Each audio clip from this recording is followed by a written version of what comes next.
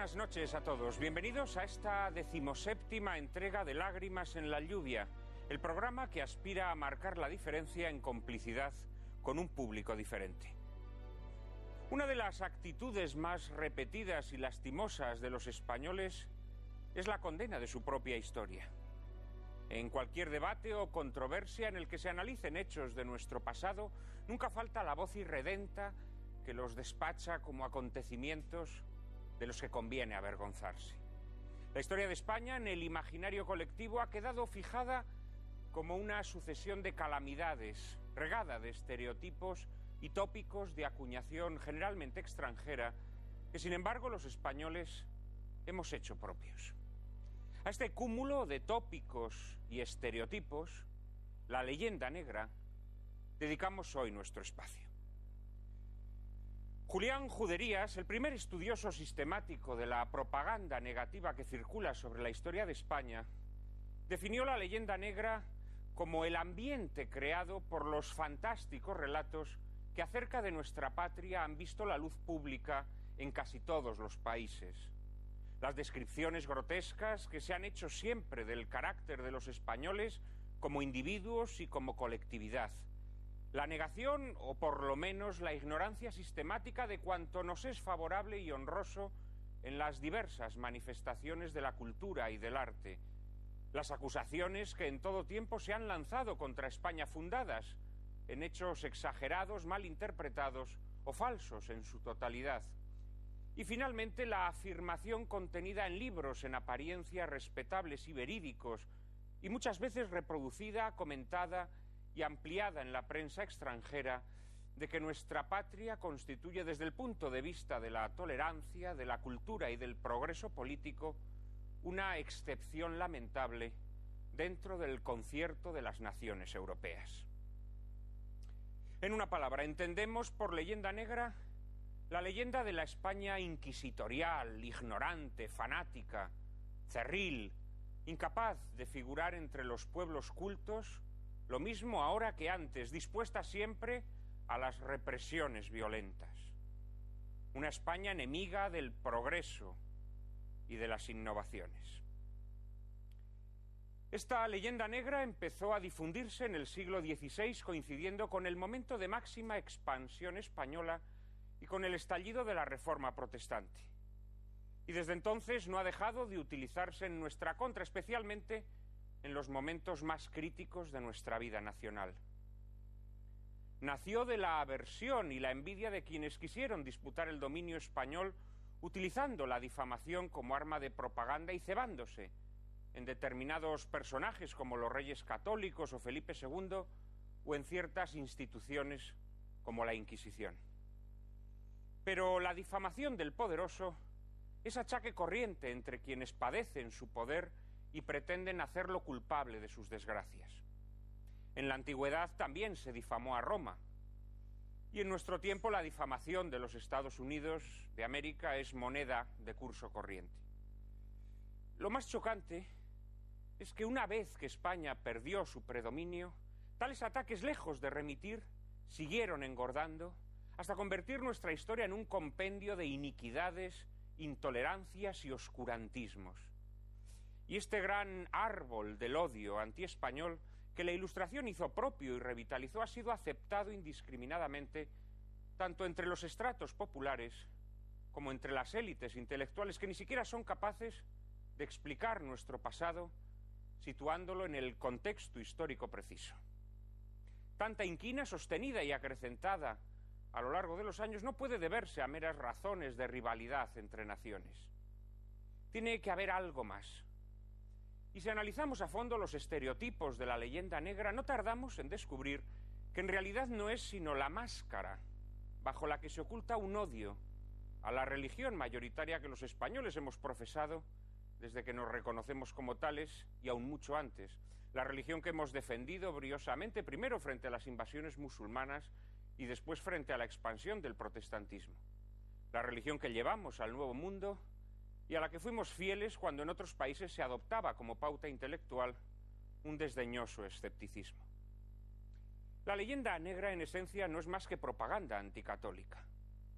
A los promotores de esta patraña histórica les gustaba, por ejemplo, pintar a Moctezuma y Atahualpa como bondadosos salvajes, aunque supiesen que arrancaban corazones palpitantes y bebían a morro sangre de la carótida de sus víctimas. Pero lo que en verdad combatían, bajo el disfraz de la mitificación del buen salvaje, era la evangelización de América, que entre otras cosas sirvió para que los indios no compartieran el destino secular de esclavitud que los conquistadores protestantes asignaron a los africanos. Esta propaganda antiespañola, que en el fondo era propaganda anticatólica, acabaría arraigando entre los propios españoles, siempre aquejados de un cierto complejo de inferioridad que los ha empujado a elogiar desmesuradamente lo extranjero y a denigrar lo propio, hasta adoptar posiciones beligerantes contra su propio país, actitud que se intensificaría en los siglos XIX y XX y que explica algunas de las tragedias de nuestro pasado reciente. El poeta Joaquín Bartrina expresó de forma muy sintética el influjo que la leyenda negra ha ejercido sobre el imaginario español en estos versos. Oyendo hablar a un hombre, fácil es acertar dónde vio la luz del sol. Si habla bien de Inglaterra, será inglés. Si os habla mal de Prusia, es un francés. Y si habla mal de España, es español. Sobre esta leyenda negra que ha logrado que los españoles hablemos mal de nosotros mismos, renegando de nuestro pasado, hablaremos esta noche en compañía de Fernando García de Cortázar, Alfonso Bullón de Mendoza, Andrés Gambra y José Javier Esparza. Les prometo un coloquio formidable, pero antes, como siempre, María Cárcava les anticipa la película que lo ilustrará.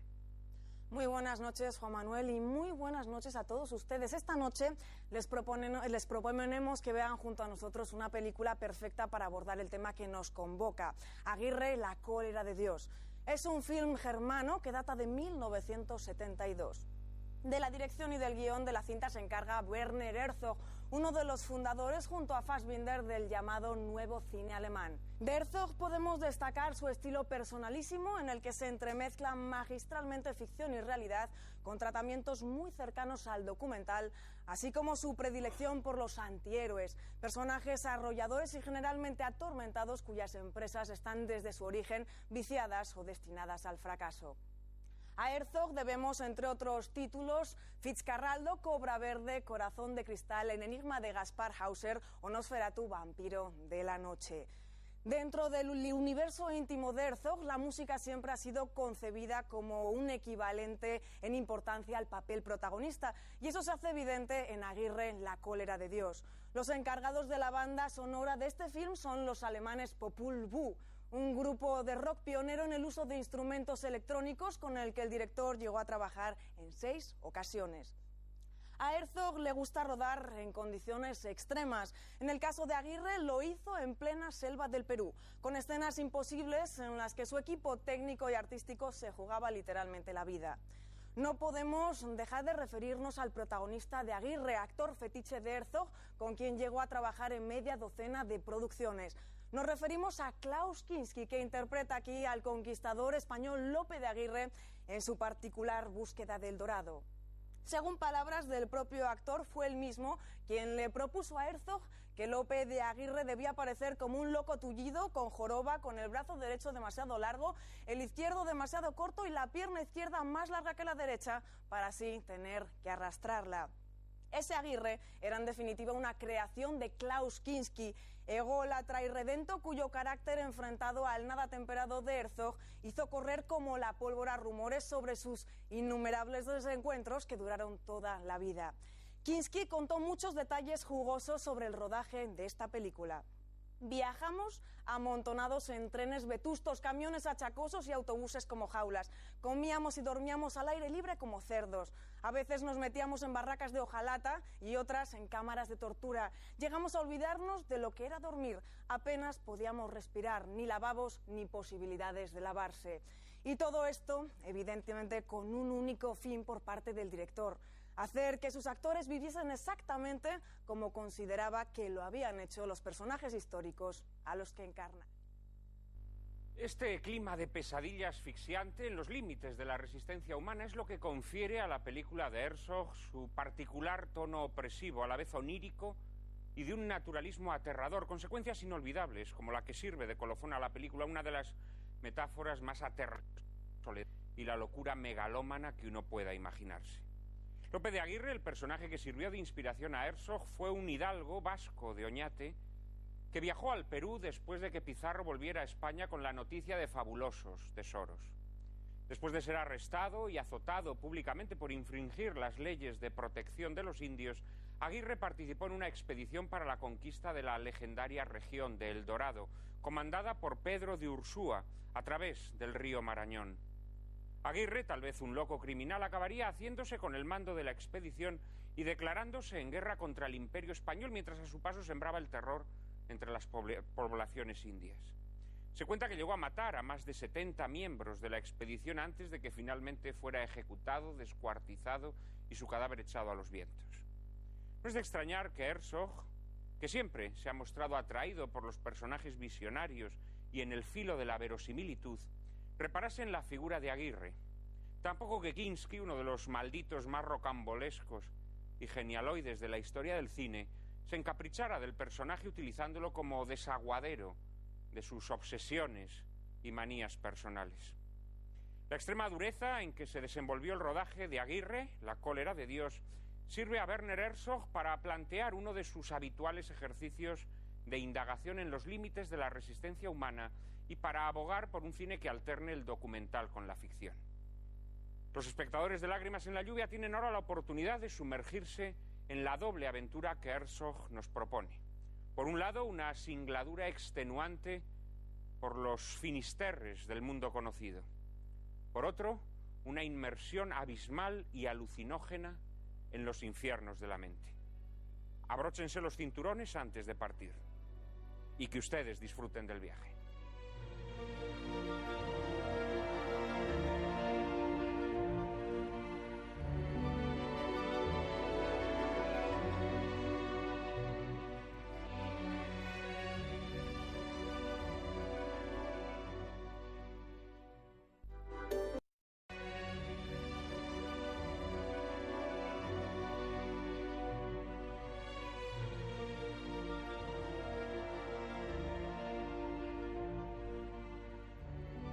Allá va Lope de Aguirre, monarca absoluto de su balsa infestada de monos, peregrino en los laberintos de la locura, rumbo a regiones que no figuran en ningún mapa, rumbo tal vez a la nada. En Lágrimas en la lluvia tenemos un mapa y nos gusta que ustedes sean sus cartógrafos. Por eso les invitamos a hacernos llegar sus sugerencias y observaciones para futuros programas. Hemos recibido muchos mensajes esta semana, Cárcava.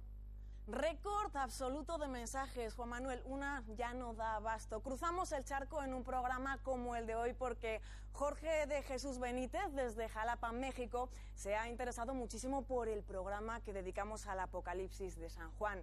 Desde Verona, Italia, Marco Kiribí nos comenta que ha echado en falta que en nuestro anterior programa sobre monarquía o república no le hubiésemos dedicado más tiempo al periodo republicano.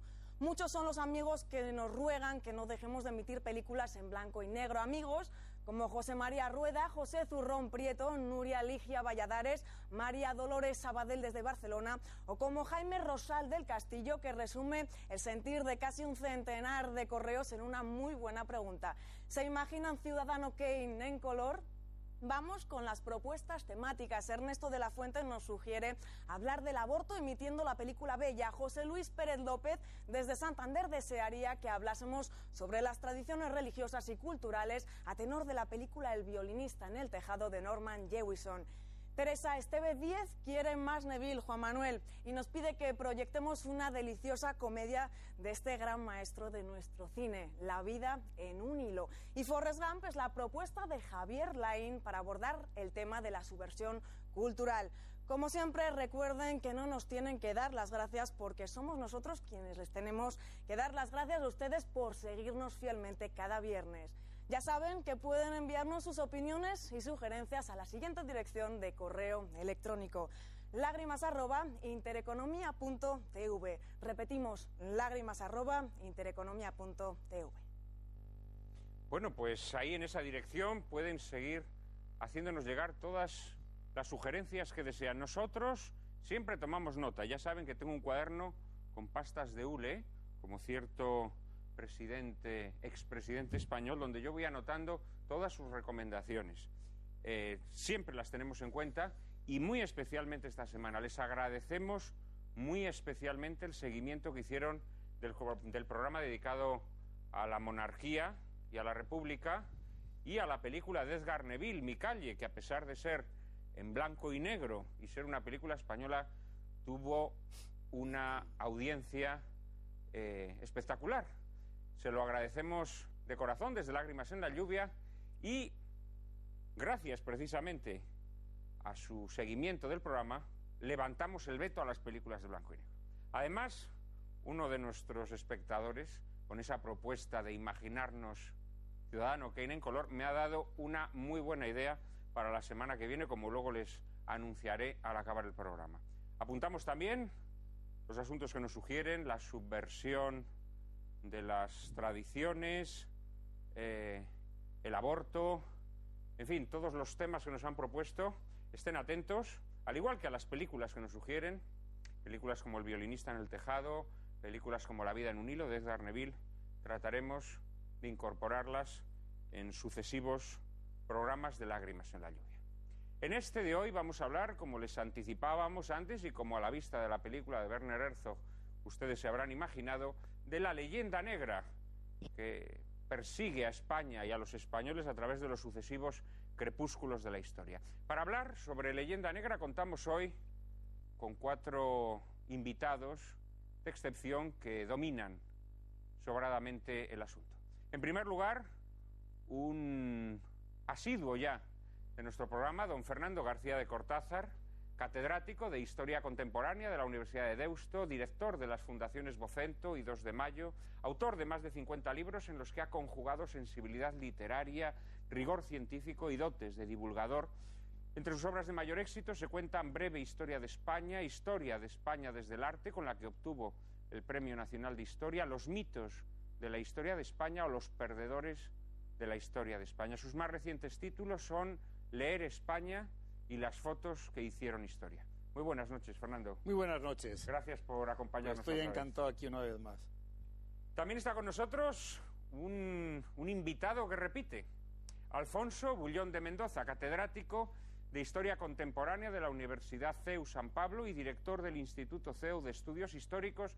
Es académico correspondiente de la Real Academia de la Historia y de la Real Academia Sevillana de Buenas Letras. Director de la revista Aportes. Entre sus obras destacaremos La Primera Guerra Carlista, Auge y Ocaso de Don Carlos, El Alcázar de Toledo, en colaboración con Luis Togores, Amor y Nobleza en las postrimerías del antiguo régimen, y José Calvo Sotelo, de cuyas obras completas ha sido editor. Muy buenas noches también, Alfonso. Hola, buenas noches. Muchas gracias. Desde tu primera visita a este programa hasta esta te has dejado crecer la barba. Parece que vienes de la expedición de Lope de Aguirre. Sí, que vengo de épocas agrestes. Muchísimas gracias por estar aquí. Y está con nosotros un habitual de este programa y sobre todo un fijo de esta casa. José Javier Esparza, escritor. En la actualidad presenta y dirige junto a Pilar García Lagranja y Eduardo García Serrano el telediario de esta casa. Entre sus obras de divulgación histórica destacaremos La gesta española, España épica, El terror rojo en España, La gran aventura del Reino de Asturias o El libro negro de Carrillo. Es también autor de brillantes ensayos como Los 8 pecados capitales del arte contemporáneo o el reciente En busca de la derecha perdida, y de novelas como El dolor y La muerte, ambas integradas en una trilogía titulada El fin de los tiempos.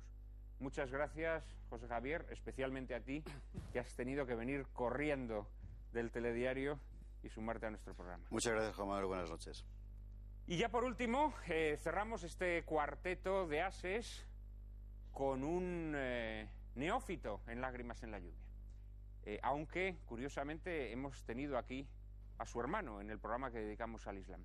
Se trata de Andrés Gambra, profesor titular de Historia del Derecho y secretario general de la Universidad Rey Juan Carlos. Ha sido también, durante años, catedrático de Historia de Enseñanza Media. Especialista en historia medieval, es autor del imprescindible estudio en 2 volúmenes Alfonso VI, Cancillería, Curia e Imperio, y de otros trabajos sobre diversas instituciones medievales, así como de algunos estudios más generales sobre caracterización y significado de la historia de España y sobre historia del arte. Bienvenido, Andrés. Muchas gracias también por aceptar nuestra invitación.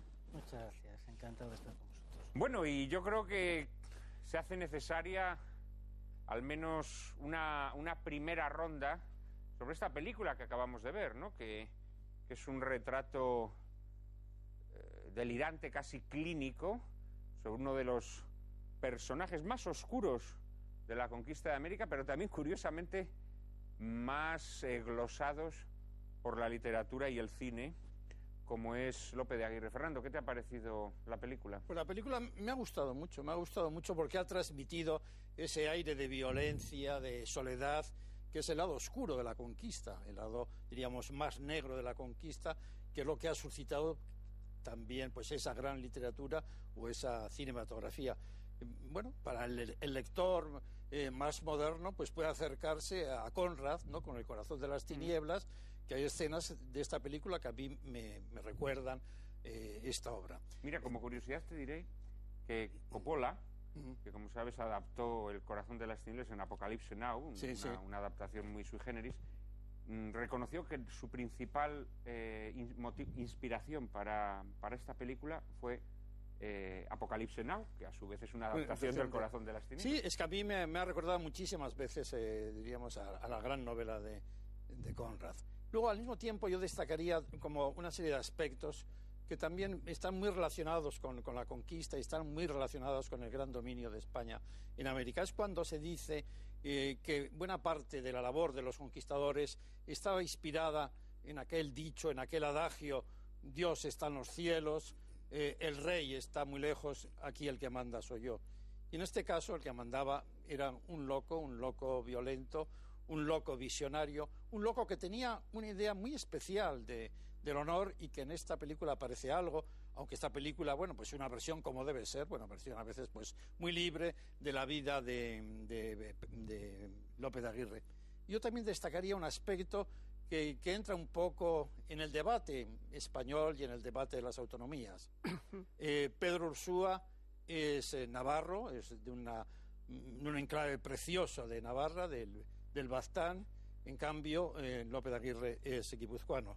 Es decir, Pedro Ursúa, para quien no haya visto la película, es quien encabeza la expedición y a quien finalmente Lope de Aguirre ejecuta, ¿no?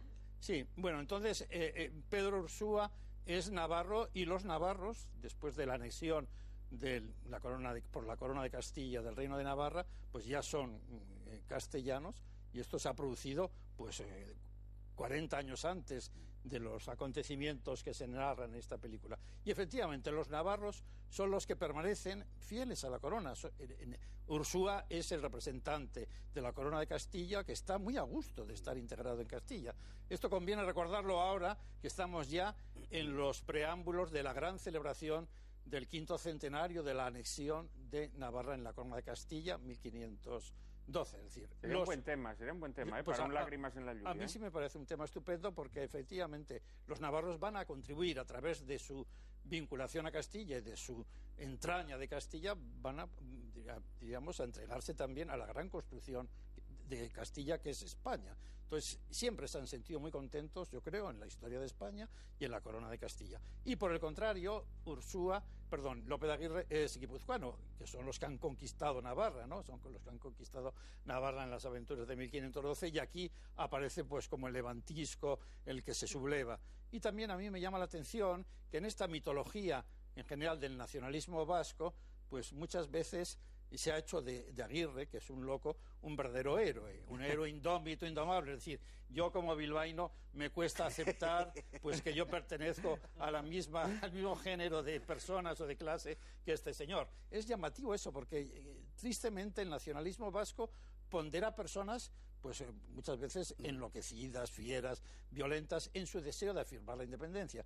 Quizás porque también conocían la frase que dijo Simón Bolívar, pues de cuando Lope de Aguirre se declara independencia de Felipe II y escribe esa carta, digamos, carta llena de contenido, diciendo que les ha defraudado el rey porque no se ha preocupado de ellos, etcétera. Entonces Simón Bolívar dijo que era la primera gran manifestación de la independencia de América respecto de la corona de España. Entonces, bueno, reflexiones que esta película me ha evocado pues han sido muchas, y yo creo que sobre todo ha transmitido esa imagen terrorífica de la soledad, de la dificultad de la conquista, en esas escenas de gente que se despeña pues por unas montañas y que son realmente abracadabrantes, ¿no? Y yo entiendo que sí, que transmite muy bien ese aspecto tan dramático de la conquista. La verdad es que el rodaje de esta película fue brutal, como el de otras películas de Werner Herzog, como Fitzcarraldo, que realmente eran auténticas epopeyas.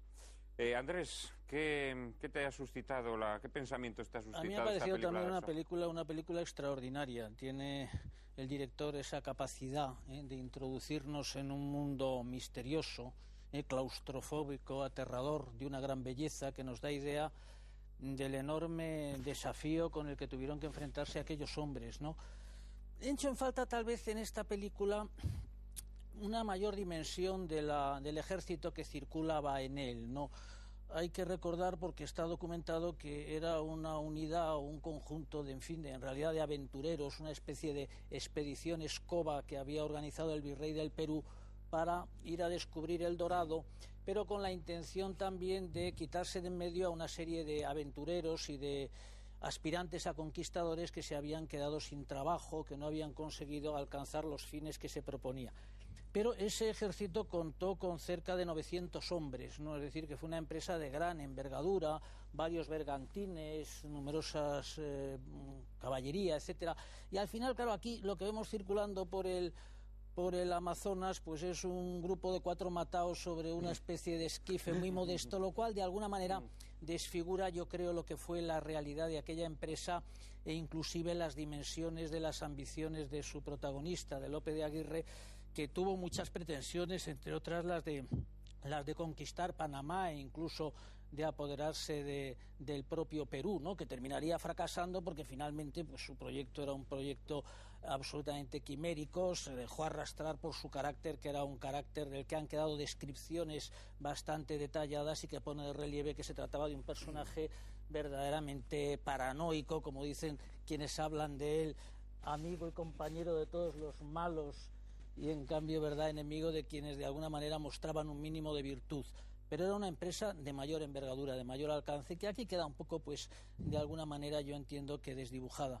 Pero el contexto y la ambientación, de todas formas, son sobrecogedoras, magníficas, y creo que encajan bastante bien en lo que fue una experiencia que, de todas formas, es única y extraordinaria en la historia española.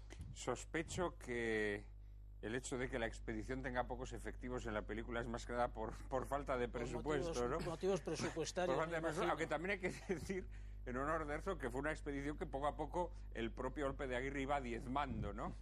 Sí, porque a todo el que le osaba rechistar... Pero se cuenta que al final llevaba un contingente importante de indígenas, un centenar de ellos, que sobrecargaban la expedición y los echó allí al río para desdicha suya, que debieron allí morir víctima de, pues, de lo que fuera. Si no me equivoco, vecinos. Esclavos negros, Esclavos y luego negros. llevaban sirvientes. Unos 100 indios, ¿no? Sí, esclavos negros también, sí.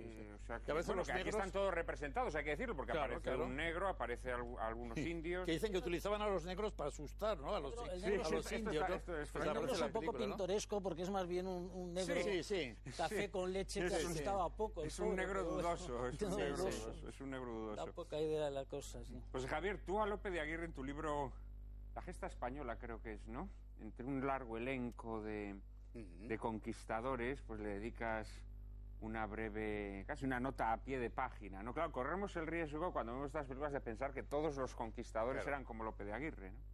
Exactamente. Claro. Y seguramente ese es el único reproche que se le puede hacer a esta película de Herzog. A mí me gusta mucho Werner Herzog prácticamente todo lo que hace. Es decir, me parece un artista. Ahora vive inmerso en ¿no? una decadencia bastante lamentable. Sí, efectivamente.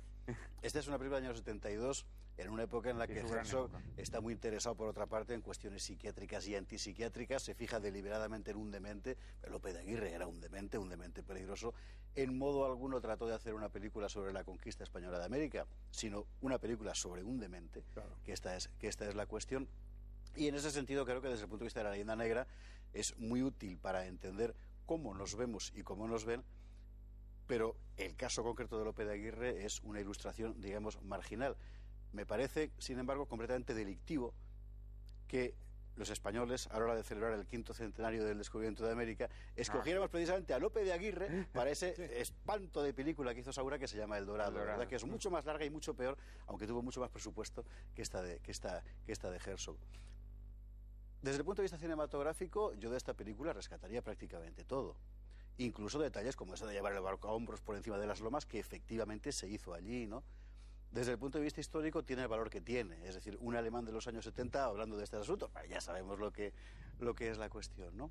Y como introducción al mundo de la leyenda negra creo que es muy interesante, porque precisamente por eso que contaba antes, es decir, los españoles progresistas de los años 90 fueron a mirarnos a nosotros mismos y se fijaron en esto, como si no tuvieran otra cosa, porque no querían ver otra cosa. Pero de esto seguro que podemos debatir después con... Debatiremos sin duda alguna.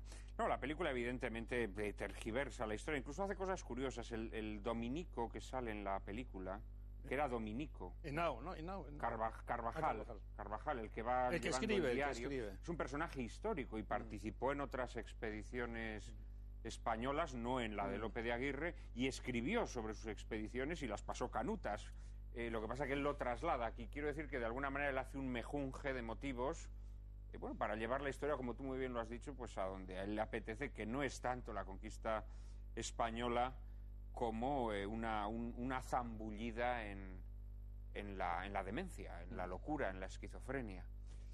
Alfonso, pero evidentemente esta mirada que siempre se ha lanzado sobre la conquista española de alguna manera ha marcado, ¿no? O ha connotado la percepción que tenemos nosotros a través de la literatura, a través del cine. Ha mencionado Esparza la película de Saura, hay que mencionar también la novela de Sender, de Ramón J. Sender, La aventura equinocial de Lope de Aguirre. O la obra de Uslar Petri escribió una obra de teatro sobre Lope de Aguirre, Uslar Pietri. Ciro Bayo, o sea que es un personaje que ha servido de inspiración, y que siempre los personajes que sirven de inspiración literaria, artística, suelen ser personajes de este corte, ¿no? Bueno, yo creo que lo que ocurre es que la película, que es una película magnífica, es una película magnífica sobre lo que es el viaje al corazón de las tinieblas de un personaje que es Lope de Aguirre. Porque, como muy bien ha señalado el profesor Gambra, la película no nos da idea, que eso sí, El Dorado creo que lo hace muy bien. El Dorado, como era una superproducción y tenía presupuesto, da idea de cuál era la envergadura de esta expedición, que era una expedición por sus medios importantes. Luego nos pone en contacto con una realidad. Nosotros normalmente solemos en España hablar de la conquista de México, de la conquista del Perú, de las grandes expediciones, los grandes descubrimientos, aquello que sale bien, y olvidamos que gran parte de las empresas españolas en América acaban o mal, o relativamente mal, o por lo menos los que las han llevado a cabo sí que acaban mal. Gran parte de los conquistadores mueren en América, incluso Lope de Aguirre no es el único que muere ejecutado por la corona. Pensemos el caso, por ejemplo, de un Vasco Núñez de Balboa. Por ejemplo. La diferencia es que, claro, un Vasco Núñez son disputas con Pedrarias Dávila, y lo que es Lope de Aguirre es una rebelión contra el rey, que eso sí que es algo que no tiene equiparación en estos momentos. Por tanto, la película sirve para dar idea de lo salvaje que era, de lo difícil que era, de lo rudimentarias que eran las cosas, de lo difíciles que eran, de las enormes distancias, de las dificultades. Pero, sin embargo, lo que vemos no es una expedición típica española en su desarrollo, porque a partir de cierto momento deja de ser una expedición española. Claro. Es decir, que también a la hora de seleccionar los temas, y se ha señalado muy bien por Esparza, tiene narices que nos guste fijarnos tanto en la expedición de Lope de Aguirre y no hacer algo similar sobre lo que es Pizarro o sobre lo que es Cortés, que evidentemente daría incluso mucho más juego en todos los aspectos. También es verdad que tiene el problema de presupuesto, no tanto por las expediciones españolas, que en algunos momentos son bastantes menos que los de aquí, sino por los millares de indios que había enfrente, que aquí es un problema que no se plantea. Pero vamos, yo creo que hay una gran lectura, unas grandes lecturas olvidadas, que son las lecturas de las crónicas americanas, de las crónicas de la conquista, que nos dan una imagen bastante ajustada a los hechos desde el punto de vista en que se escribe por quienes la protagonizaron, por quienes fueron testigos, puede que algo idealizadas a favor español, pero muy próximas, y por otro lado nos describen unas realidades donde se va más allá de lo meramente material. Así es, mencionabas a Pizarro. Pizarro sale en esta película y también es una melange, ¿no? O un totum revolutum que hace Herzog, porque Lope de Aguirre nunca participó en una expedición comandada por Pizarro. Pero bueno, supongo que son pequeñas licencias que permite pues ese clima creado por la leyenda negra. Precisamente sobre el nacimiento de la leyenda negra nos introduce ahora mismo María Cárcava. Con la intervención de Aragón en Sicilia, Cerdeña y Nápoles comenzó a gestarse la leyenda negra, que en su versión italiana se acrecentó con episodios como el saqueo de Roma de 1527.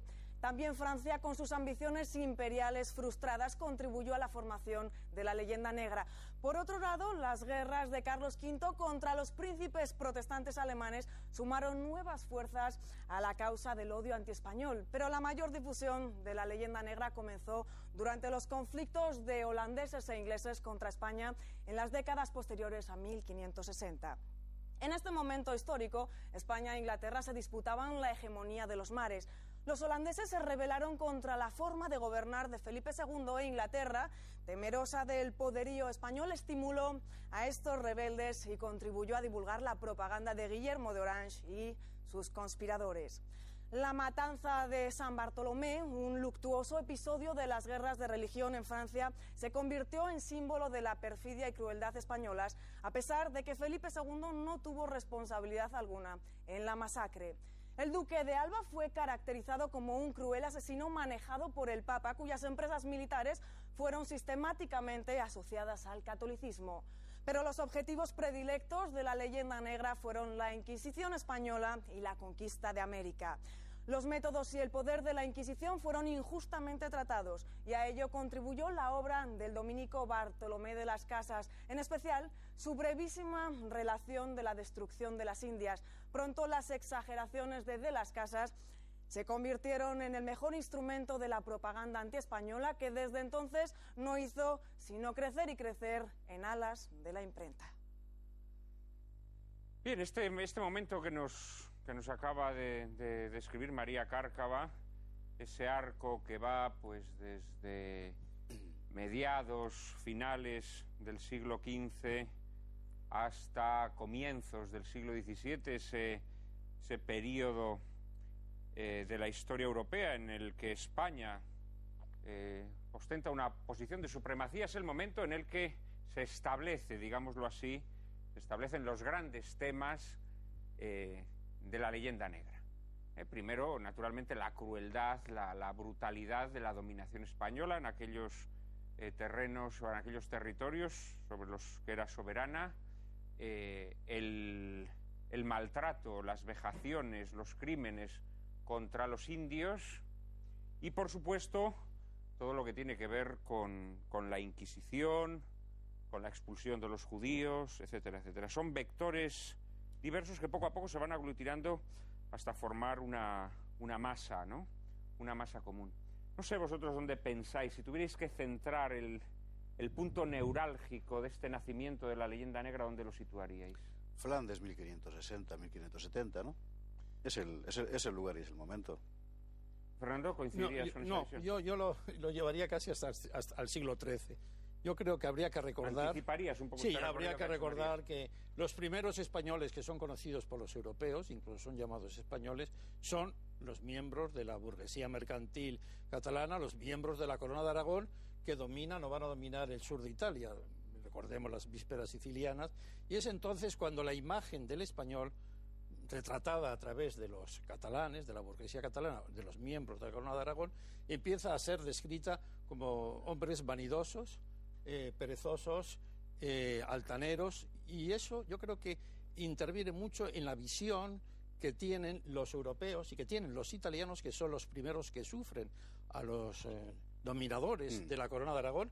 Es el primer imperio español, el imperio de la Corona de Aragón. Ahí tenemos el magnífico libro de este gran historiador, a veces silenciado en Cataluña porque no es nacionalista, de Enrique Zelaya Cal, en la que dice clarísimamente esto.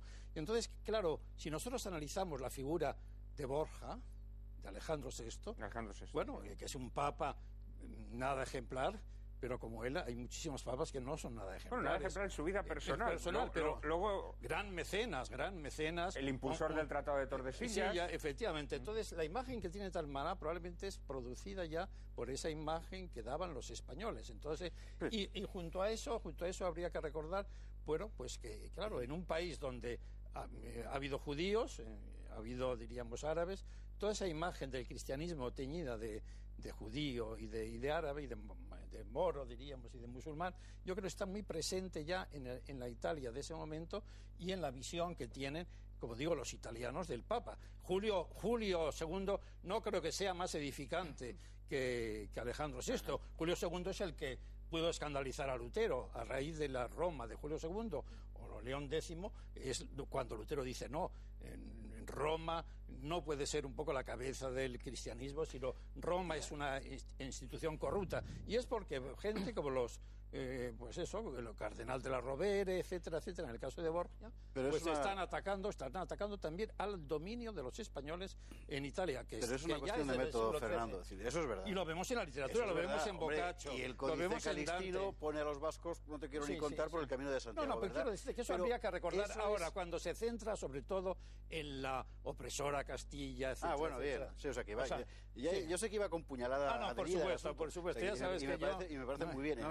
Sin hilo, porque las vísperas sicilianas fue cosa de los catalanes. Pero está muy bien, este primer estadio de la leyenda y lo ha dicho también la presentadora, ha dicho que Italia, yo creo que está muy presente en la literatura del siglo XV y está presente en la imagen clara que todos los españoles conocemos de Alejandro, de los Borgia, de Alejandro VI, que no es peor que muchos papas. Pero yo creo que la leyenda negra, lo que conocemos como leyenda negra propiamente dicha, tiene su origen ahí, y además muy particularmente a raíz de la cuestión americana. Es que hay libros de Guillermo de Orange, por ejemplo, donde aparece Juan de Austria decapitando indios. Juan de Austria jamás estuvo en América, ni se le pasó por la cabeza. Pero es ese mundo el que yo... Bueno, y además la leyenda negra que nos ha dicho viene completada no solo por la obra de Julián Judería, sino por la obra también de Rómulo Carbia, este historiador argentino, claro, que entonces habla de la leyenda negra hispanoamericana, ¿no? Para recoger todos los aspectos de la conquista y sobre todo esa, que quizá convendría aquí hablar, de esa teoría sobre la eliminación de la población indígena, homicidio, bueno, genocidio. Eso habría que hablar a fondo, porque yo creo que 90 millones de muertos, dicen en las cifras oficiales que jamás hubo, ya no 90, 9 millones de hay personas. Como sabes, hay dos teorías. La de Berkeley, que son 100 millones de habitantes, dio un poco a través de la investigación sobre México, 100 millones de habitantes que quedan, al cabo de 60 años, quedan 4 millones, lo de Bora y Cook, ¿no? Y luego viene la tesis ya, que es la que recoge Nicolás Sánchez Albornoz, que serían 13 millones de habitantes y quedarían en 9. Pero no porque han sido ejecutados, sino por problemas epidemiológicos, un poco el contacto con una nueva cultura, lo que algunos dicen, esa especie de estrés casi sexual, la desgana de vivir, es decir, como si en ese momento los indios fueran menos fecundos, bueno, porque tenían problemas. Yo creo que... Bueno, y hay un hecho que no se suele considerar, que no considera Bartolomé de las Casas, y luego ya la historiografía que ha seguido un poco a Bartolomé de las Casas no contempla, que es, claro, los indios peleaban entre sí, o sea, había tribus que se incorporaban al ejército español porque querían, digamos, resarcirse de los daños. No sé, Alfonso Gambra antes quien ha dicho lo complicado que sería meter una película realista por la cantidad de miles de extras indios que habría que meter. Claro, es que la conquista de México por Cortés, ¿quién la hace? La hacen esencialmente lo que estaban hasta las tribus sometidas a los aztecas, estaban hasta el gorro de aquellos tiranos. Evidentemente, no. El libro de Bartolomé de las Casas ha hecho mucho daño porque ciertamente es un libro en el que hay muchísimas incorrecciones y hay sobre todo esa afirmación, por ejemplo, yo recuerdo que dice que en la isla de la Española mueren 3 millones de indios, ¿no? Esa cifra probablemente, bueno, en aquel momento no la había de ninguna manera, ¿no? ¿Querías hablar, Andrés? No, yo comentaba que mi impresión es que efectivamente una imagen negativa de España o de parte de los españoles en la Edad Media ha existido efectivamente, y es cierto lo que observa acertadamente Fernando. Pero en ese lío complicado del mundo italiano, con sus güelfos y gibelinos y sus normandos y sus emperadores alemanes y sus... En fin, hay un damero de pueblos que se odian entre sí y se podrían encontrar, y de hecho existen descripciones muy negativas del contrario en ese espacio que yo no creo... En cierta manera yo dudo que pueda ser una referencia suficiente para entender lo que ha sido la leyenda negra. Yo creo que la leyenda negra surge sobre todo cuando España se está erigiendo, después de la época o con los Reyes Católicos, en una potencia mundial. Ese es el momento en el que va a suscitarse una gran antipatía en el resto de los países europeos, antipatía que además se completa y enriquece con el hecho de que España pronto empieza a manifestar su voluntad de que está defendiendo ostensiblemente un orden internacional en el que no solo España desempeña un papel importante, sino en el que la idea católica es la dominante, justamente en la época que es la época del renacimiento secularista y la época sobre todo de la quiebra de la cristiandad con el protestantismo. Ese momento, este es el campo, yo creo, el ámbito en el que se va de alguna manera a concentrar o se va a, digamos, a hacer efectiva esa vocación destructiva de lo español, que adquirirá un ritmo extraordinario, ¿no? Porque, claro, como dice Julián Marías en un libro muy acertado sobre este tema, que se titulaba La España inteligible, ¿no? Decía, ¿qué tiene que darse para que exista una leyenda negra? Y lo comparaba con el caso de los Estados Unidos. Pues hace falta que exista una potencia que tenga un dominio amplísimo, mundial.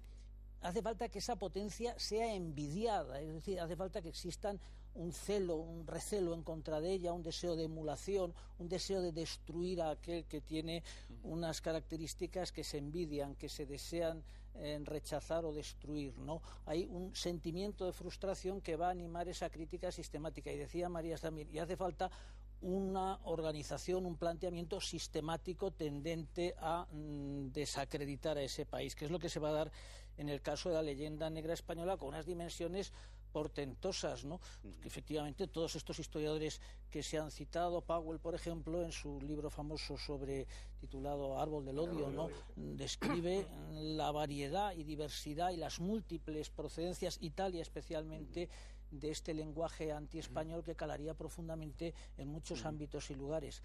Pero, y termino, yo creo que hay otro tema también que se ha insinuado aquí muy importante, en el que tenemos que insistir, y al que aludía también Julián Marías, y es que el problema de la leyenda negra no es solo el problema de un mensaje sistemático en contra de España, sino es el de la recepción de ese mensaje por los españoles. Es lo más grave. Bueno, es lo más grave. Es el tema y los problemas de fundamental. imagen de España los tiene por sí mismo. ¿Cómo reaccionan los españoles ante ese fenómeno? Ese es un tema fundamental. Eso requiere un estudio psicológico verdaderamente del alma española. Y sus consecuencias que llegan hasta la actualidad, ¿no? Claro, que han condicionado en muchos aspectos la historia española. Sin duda. Hay sin duda alguna también, claro, un elemento fundamental en este despegar, digamos, de la leyenda negra, que es la imprenta, ¿no? Es decir, los Guillermo de Orange y los holandeses entienden inmediatamente las posibilidades que va a tener la imprenta, ¿no? Lo mismo que la entienden en Alemania todos los protestantes, que en ese momento les interesa pues dar una imagen negativa de la Inquisición española, empiezan a publicar opúsculos o incluso libros que van a tener luego una difusión tremenda, ¿no? Yo creo que más allá de lo que son, como muy bien ha señalado Fernando, las disensiones propias entre los países en las coronas, en época medieval, que había entre muchos, en lo que hace distinto el planteamiento español, pienso que es precisamente el tema de la posición que adopta Carlos I cuando surge la Reforma Protestante. Cuando es además muy curioso que Carlos I, si algo que le caracteriza es querer dialogar. Es decir, que se pasa el día convocando concilios donde la gente pueda hablar, expresarse, a ver si llegan a un acuerdo y se evita la guerra y se evita la fractura dentro del imperio. En ese marco yo creo que la leyenda negra americana es utilizada. Es decir, que hay una serie de hechos que evidentemente no podemos defender tampoco una leyenda rosa en el caso de la conquista americana, hay una serie de hechos criticables y que cuando hay narraciones desde el lado español que incluso los exageran, son muy utilizadas en Europa para criticar lo que es toda la actuación de España. Y luego la leyenda negra en el caso americano tiene otro factor que es lo que justifica a las repúblicas hispanoamericanas su desgraciada situación actual. Es decir, tú tienes que explicar por qué hoy en día no estás tan desarrollado como el resto del mundo. Asunto de primera importancia ese. Claro, es decir, explicar que eso que a ti cuando te dejan los españoles o cuando tú haces que los españoles te dejen a principios del siglo XIX estás en un estado, digamos, de civilización homogéneo, pues con las 13 colonias americanas o con la mayor parte de Europa, etcétera, pues es complejo porque entonces tienes que explicar por qué en los 200 años de independencia te has hundido. Entonces es mucho más fácil decir, no, Aquí el desastre fue lo que llegaron los españoles. Curiosamente, nosotros hablamos español, tenemos el mismo color de piel, exceptando uno o dos casos distintos, etcétera, y la culpa de todo lo tienen esos españoles. La leyenda negra, en el caso americano, es autojustificativa. Nosotros, pues, tenemos una existencia que no es todo lo buena que debería ser por culpa de esos señores tan malos que fueron los españoles, en cuyas lenguas más próximas antepasadas son de Cáceres. Pero bueno, es un pequeño detalle que no tiene nada que ver. Y luego, en el caso continental, yo creo que desde luego el tema religioso, que eso explica que una vez vencida España, una vez que España ya no es lo que era, que eso, entonces cuando ya lo que plantea Powell en el árbol del odio ya sería menos utilizable, España ya no es la potencia hegemónica, pero explica que se continúa. España es el país católico que tú puedes poner como ejemplo de qué mala será tu vida, qué horrores te ocurrirán si tú estás con esa secta fanática que son los católicos que les va de cráneo. Con el espanto que es que cuando llegue el 18, eso como ha dicho Juan Manuel, entiendo que es para hablar después, la Ilustración llega a España, entonces llega la visión francesa de España y los propios españoles nos creemos la leyenda negra con las consecuencias que tiene, por ejemplo, ante la invasión francesa por parte de nuestras élites culturales.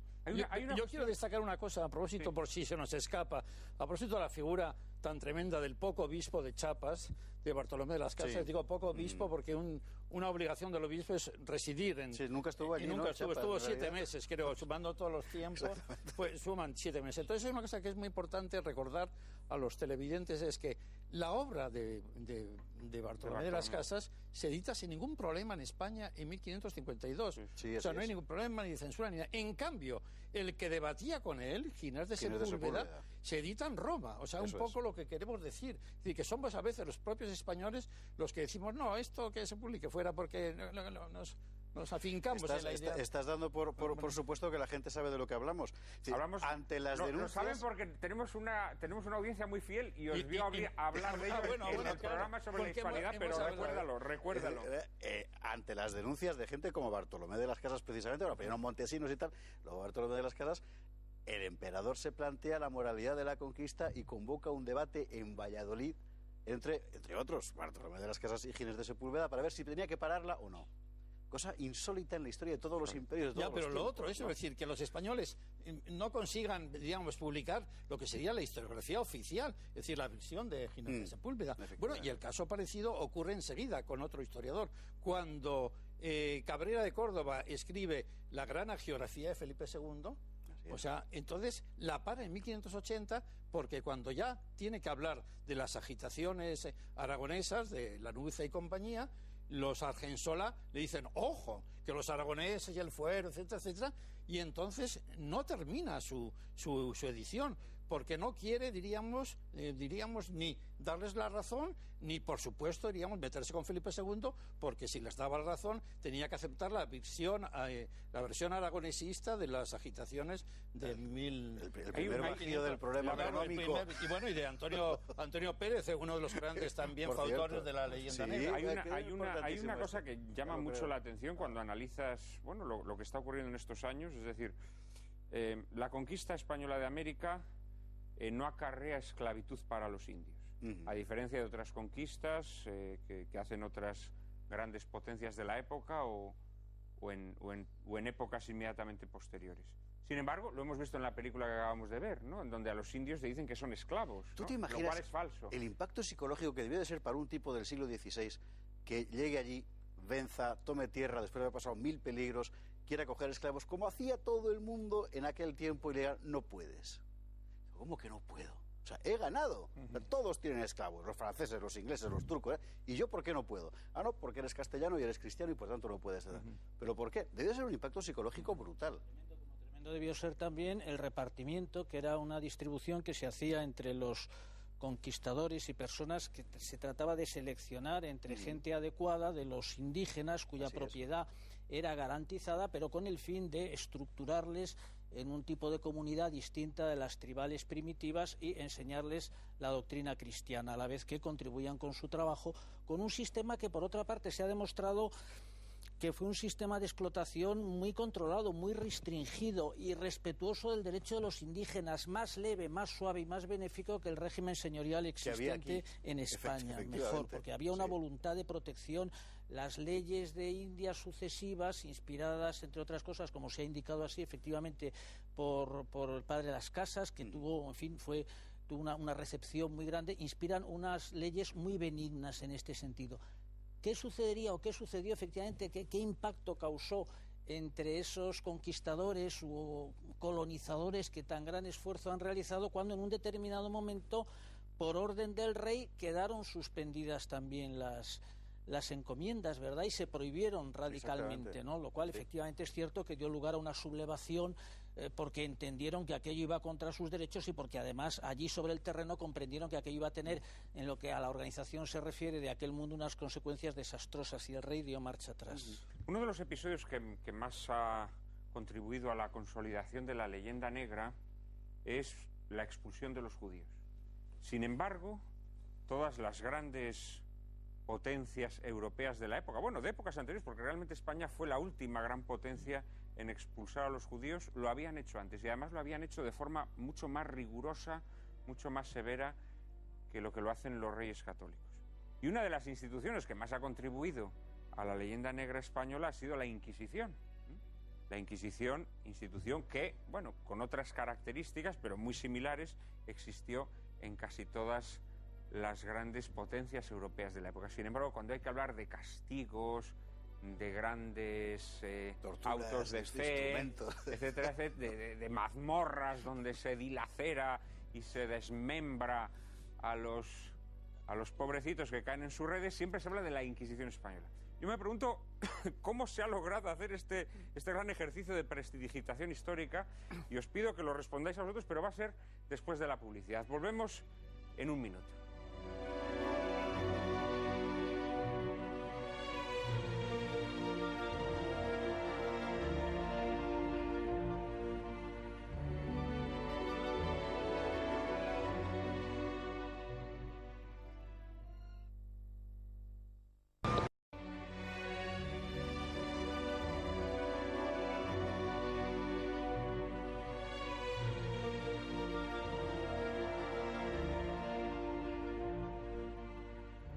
Hablábamos de la expulsión de los judíos y de la Inquisición española. Y Alfonso Bullón de Mendoza creo que tiene que hacer algunas aportaciones. Sí, yo creo que el problema de la Inquisición española es que es una Inquisición que se ocupa de cosas serias. Es decir, se ocupa, por ejemplo, de si los judíos que se dicen que se han convertido o no, igual que en el caso de los moriscos, etcétera. Mientras que en el resto de Europa la Inquisición se ocupa de cosas banales, o la justicia se ocupa de cosas banales como quemar brujas. Es evidente que la Inquisición española, a lo largo de toda su historia, ajusticia muchas menos personas que las que se pueden quemar en Alemania por brujería en el siglo XVI. Pero claro, eso, por así decirlo, no vendería. Es decir, quemar a la gente por bruja era algo que consideraban normal en la época, y si la Inquisición española se lo toma como se lo tomaba a broma, es decir, cuando llegan a hacer el famoso auto de las brujas de Zugarramurdi, la conclusión a la que llega el inquisidor es, bueno, hay brujas porque se dice que hay brujas, pero no por otra cosa. Por lo tanto, en lo que molesta en el extranjero, aquello por lo que se destaca siempre la Inquisición española, es no porque condene inocentes y los mate, sino porque lo que hace la Inquisición española es juzgar a la gente por cuestiones de fe y por ir en defensa de la fe católica. Que evidentemente son comportamientos que vistos de nuestros días pues tendrán poco sentido, está claro, pero que vistos en el mundo de su época, los métodos que seguían en la Inquisición eran incluso unos métodos garantistas, se lo podrá decir el profesor Gambra, pues mucho mejor que yo, que para eso es especialista en historia del derecho. Y por otro lado, desde el punto de vista del número de personas a las que afecta, es bastante reducido. Lo que pasa es que hay la imagen de una España inquisitorial que se crea, de una España negra. Yo recuerdo incluso en la película que se hizo sobre A la Triste, es una película que me llamó mucho la atención, sí, porque era una película en tonos negros, toda la película con cielos oscuros, para decir que España era negra. Claro, la España sería como fuera, pero decir que el cielo de Madrid es un cielo oscuro, pues es muy poquitos y muy escasos días al año, pero ¿hasta qué punto hemos caído en esa imagen, ¿no? Una España de Inquisición, una España todos de negro, una España negra, una leyenda negra. La hemos aceptado masoquistamente. Andrés, querías también... Sí, no, efectivamente, llamar la atención, como ha dicho Alfonso, sobre dos datos, ¿no? Primero, el número. Esto ha sido muy operativo, efectivamente, a lo largo de la leyenda negra, es decir, la idea de que la Inquisición ejecutó a una gran cantidad de reos, de relapsos, y eso se ha venido a demostrar que es completamente inexacto. Los estudios de Henningsen y de Henry Kamen, entre otros muchos, y si estamos hablando de autores que no son españoles, han puesto de relieve que en los siglos centrales de la Inquisición, los dos principales, aquellos en los que funcionó como un tribunal regulado, es decir, durante los siglos 16 y 17, el número de ejecuciones a muerte no superó la cifra de 2 o 2,5 individuos al año en todo el territorio de la corona española.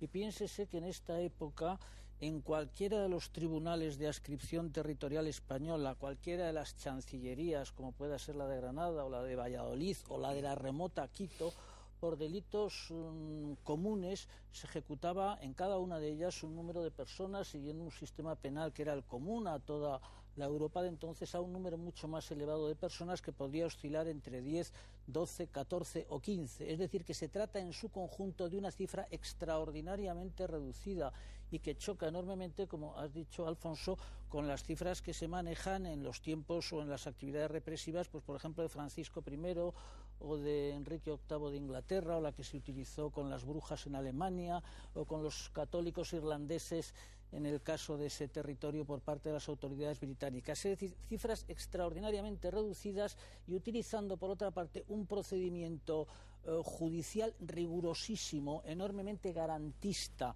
que sostenía con fórmulas aquilatadas la presunción de inocencia, protegía los bienes de los encausados y evitaba cualquier abuso, dándose además la circunstancia, y termino, de que para que alguien pudiese, una pena de muerte pudiese ser ejecutada, incluso cuando había sido dictada en algún tribunal lejano, como por ejemplo podía ser en Venezuela o en el Perú, era preciso que esa documentación pasase previamente por el Tribunal de la Suprema en Madrid para que le diese el visto bueno.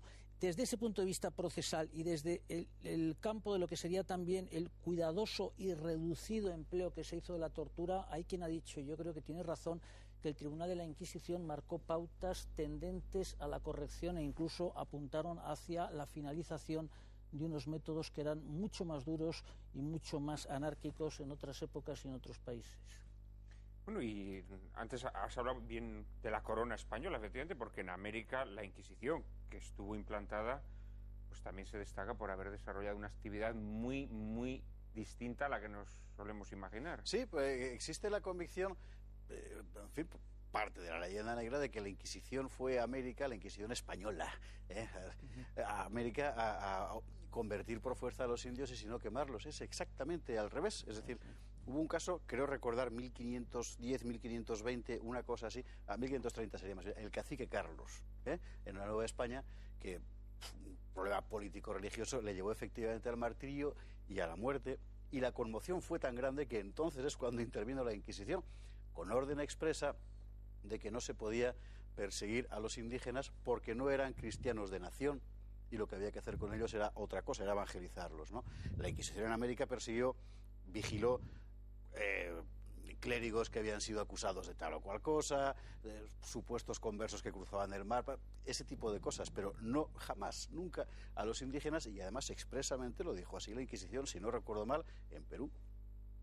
Sí, no, yo quería recordar que efectivamente ya el mismo nombre de leyenda negra nos dice que no es historia, o sea, en la mente de Julián Juderías o del historiador argentino Rómulo Carbia es ese conjunto de infamias, etcétera, que no responden a la historia sino a la leyenda, y entre las cuales está, como decimos, la Inquisición. Pero yo creo que para mí me parece muy importante recordar cómo los españoles hemos interiorizado eso y lo interiorizamos ahora.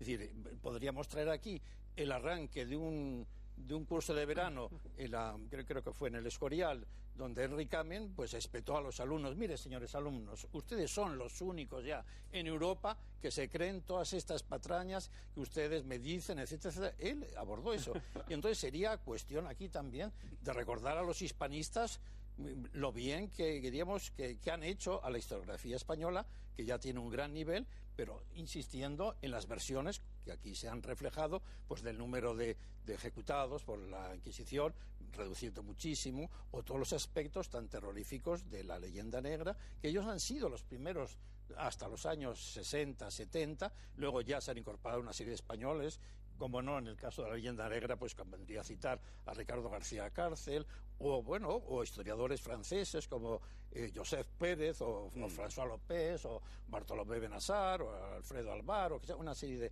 de personajes, Molina, etcétera, que han recordado un poco el que no nos debemos dejar engañar fácilmente por este lenguaje. Pero y además la pena es que lo han interiorizado muchas veces los políticos y continuamente aparece esa imagen terrorífica a la altura de nuestros años de 2011, esa imagen terrorífica de España dominadora del mundo, opresora, inquisitorial, etcétera, sin poner los puntos en las sillas, como pues lo ha dicho muy bien Andrés aquí, sobre el número, sobre las condiciones, como Alfonso y José Javier, pues en que se realizaban la Inquisición. Por otro lado, habría que recordar que la Inquisición, y eso pues a mí me interesa como un cierto aspecto nacional, era un tribunal donde no había límites geográficos para ella, pues como la Iglesia. La Iglesia no tenía límites geográficos y en buena medida, aunque suene un poco raro, son instituciones protonacionales, ¿no? En cierta medida, en cuanto que consiguen una cierta uniformidad en la actuación en las tierras de España, ¿no?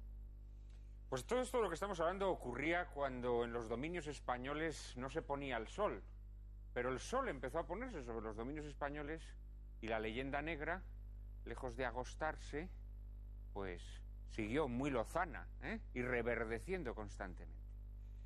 María Cárcava nos va a hablar precisamente de esta evolución de la leyenda negra después de que España pierde su supremacía mundial y de esta recepción que los propios españoles, interiorización que los propios españoles vamos a hacer de ese cúmulo de tergiversaciones y patrañas. Vamos a intentarlo. España perdió definitivamente la primacía europea en la Guerra de los 30 años, pero siguió siendo una gran potencia por la extensión y riqueza de su imperio de ultramar. Además, España perseveró hasta bien entrado el siglo XIX en su papel de paladín del catolicismo romano. La leyenda negra confeccionada en siglos anteriores, lejos de extinguirse, se alimentó en toda Europa al calor de las modas literarias iconoclastas y de la beligerancia protestante. Obras como el Don Carlos de Schiller contribuyeron a cuajar una estereotipada imagen del fanatismo y crueldad de los españoles. La literatura romántica, por su parte, se regodeó en las descripciones siniestras sobre la Inquisición española, utilizando criterios de juicio propios de la mentalidad contemporánea para enjuiciar hechos de otras épocas.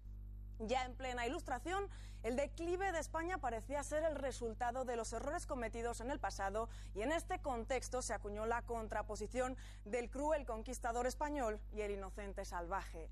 Durante los siglos XVIII y XIX, Francia y España agravaron su eterna enemistad bajo las sombras de la invasión napoleónica. Por otro lado, los líderes independentistas americanos abrazaron la Ilustración francesa y junto con ella sus opiniones sobre las supuestas iniquidades españolas. Obtenida la independencia, la leyenda negra se convirtió en el credo básico de una nueva época que se caracterizó por su rechazo de la herencia española desde ese preciso instante hasta principios del siglo XX. Claro que, como comentaban nuestros invitados, quizá no haya habido un episodio más triste en la propagación de la leyenda negra que la propia colaboración de los españoles, siempre aquejados de un cierto complejo de inferioridad.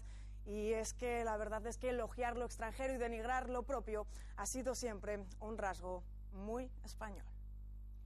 Ahora, mientras María Cárcava hablaba, se proyectaban sobre la pantalla que tiene a sus espaldas unos frescos que pintó Orozco, uno de los grandes muralistas mexicanos, sobre la conquista de España, unos frescos de este siglo XX, ¿no?, en donde pinta a los españoles como auténticos monstruos, casi máquinas de mortandad. Esa imagen que ha quedado desgraciadamente entre nuestros hermanos de América es una imagen que incluso entre nosotros mismos la tenemos asumida y yo creo que es uno de los episodios más... ¿Cómo se llama este señor, has dicho? Orozco. Apellido típicamente indígena. Claro, indígena de Vizcaya, ¿no? Indígena de Vizcaya. No de Nueva Vizcaya. O Rivera o David Alfaro Siqueiros. Sí, son de la misma generación. Son de la misma generación y todos ellos, si no me equivoco, eran marxistas. Eran comunistas. Eran comunistas convencidos y Alfaro Siqueiros, que es uno de los autores más importantes de la escuela, presunto, llevó a cabo, intentó asesinar a Trotsky, por cierto, siguiendo las directrices de Stalin. O sea, que eran unos angelitos. No, por supuesto. Lo cual no resta mérito a los frescos que que se ven ahí, ¿no? ¿Frescos en qué sentido? Son unos frescos que hay en el hospital de Guadalajara. Sí, Sí, es que el muralismo ha tenido mucho desarrollo en México, como sabes, ¿no? Sí, Después Rivera y compañía. Se ha dedicado preferentemente a eso, es decir, a mostrar a unos españoles como máquinas aterradoras y en cambio a un mundo indígena idílico que vive en un paraíso terrenal.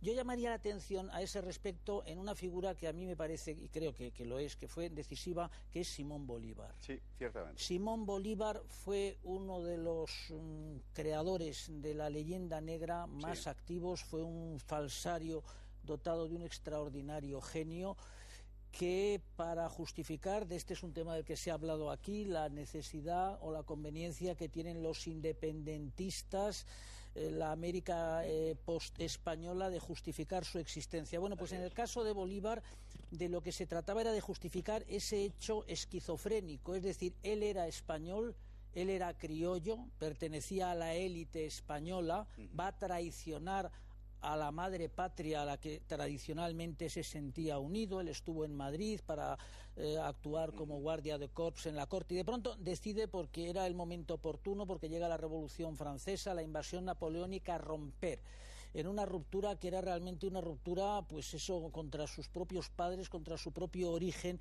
y se va a inventar ese mito, es decir, el de nosotros somos los libertadores. ¿Los libertadores de quién? De los pobres indígenas. ¿Maltratados por quién? Por los españoles. Claro, la objeción surge inmediatamente. Oiga, pero los españoles que maltrataron a los indígenas son ustedes, los padres y abuelos de ustedes, no el señor que vivía en Vitigudino. Eso era evidente. Pero ellos utilizaron, él que era un falsificador, un creador extraordinario de mitos, supo utilizarlo con una eficacia extraordinaria que llega hasta estos muralistas. Y en nombre de eso, él ejecuta miles de españoles de allí, de Cartagena. Hay un libro reciente de Pablo Victoria que se llama La cara oculta de Simón Bolívar, creo que editó Planeta allá, aquí no lo han editado y es una lástima, y que allí se ha agotado, se ha quitado en Colombia, claro, no en Venezuela está prohibido el libro, como es natural, ¿no? Pero está muy bien visto esto, y estaría muy bien visto además pero me da pena no ir al siglo XVIII y al siglo... Espera. Ahora retrocedemos porque además te voy a interpelar. Cuando quieras. Pero deja que termine. Hacer un cuadro demográfico de la mengua de la población indígena entre los datos que hay desde el siglo XVI hasta principios del XIX y la mengua de la población indígena desde principios del XIX hasta finales del XX en América. Porque las matanzas de indios en América después de las emancipaciones son brutales, en absolutamente toda la América española. Y quienes organizan esas matanzas son los criollos que están denunciando a España como poder opresor. Yo quería hacer un último inciso vinculado con el tema de independencia americana, refiriéndome al libro de Lucas Alamán.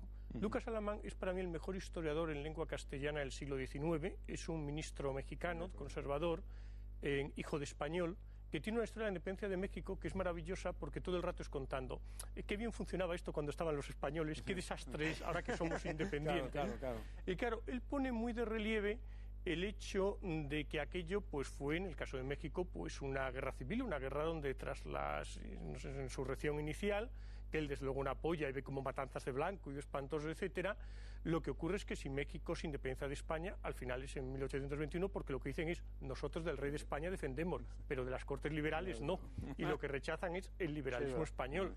Y luego, en todo el caso de la independencia americana, yo recordaría no solo la Ilustración española, que hay un cierto debate sobre hasta qué punto está lo del siglo de las luces de Carpentier, reflejado en la literatura, pero hasta qué punto llega eso mucho a América, o lo que tienes también es la visión de los jesuitas expulsos en contra de lo que ha sido la política despótica ilustrada española que los ha alejado.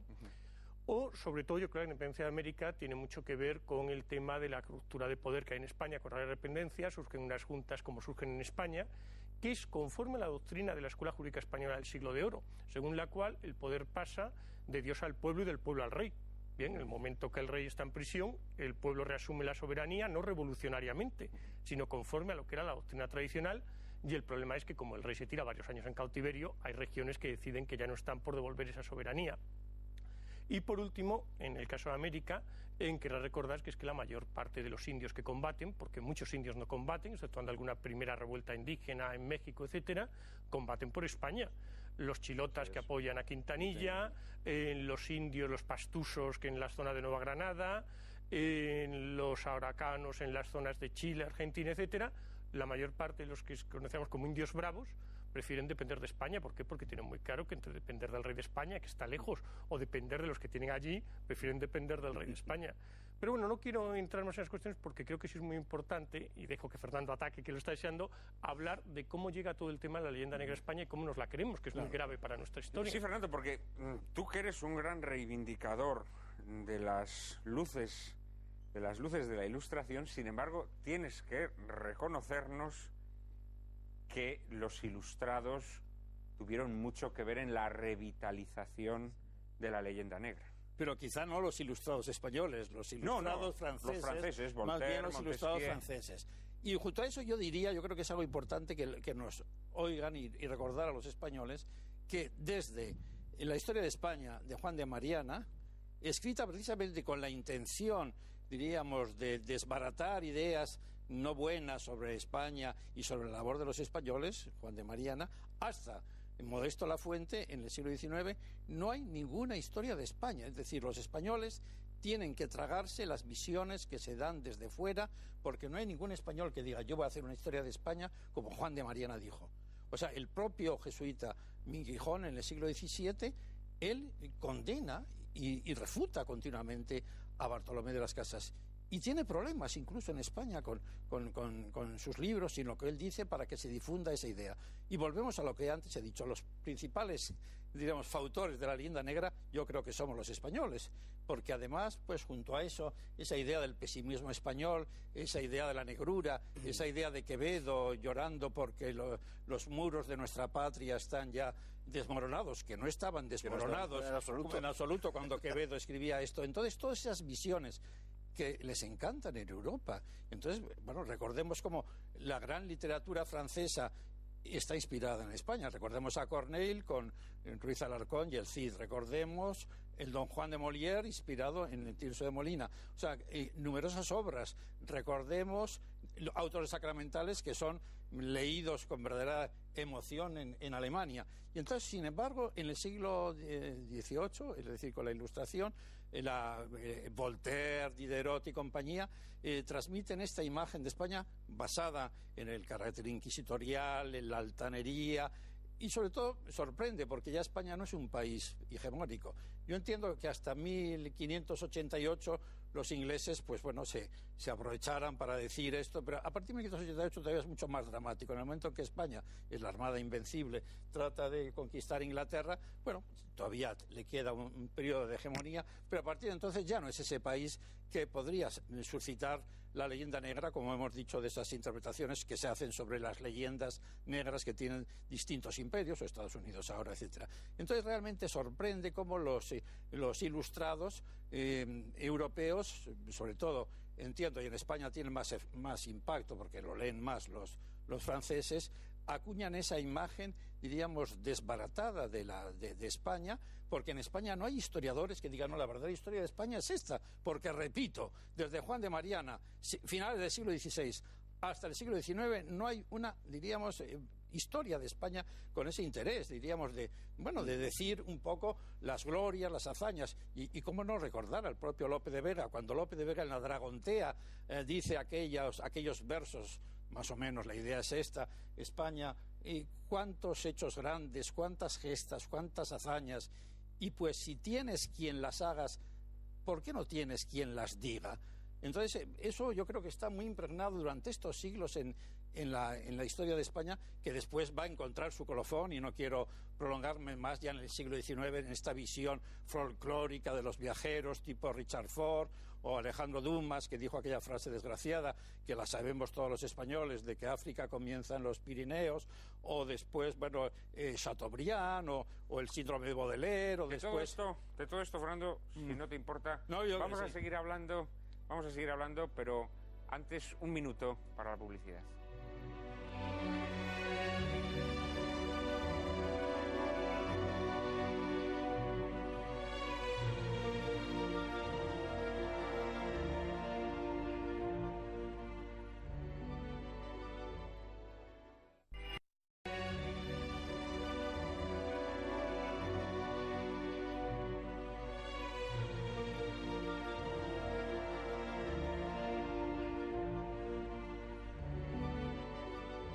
Planteaba Fernando García Cortázar un tema sumamente interesante que sería motivo para un ensayo sobre ideas estéticas y sobre formación de este concepto de la leyenda negra francamente suculento.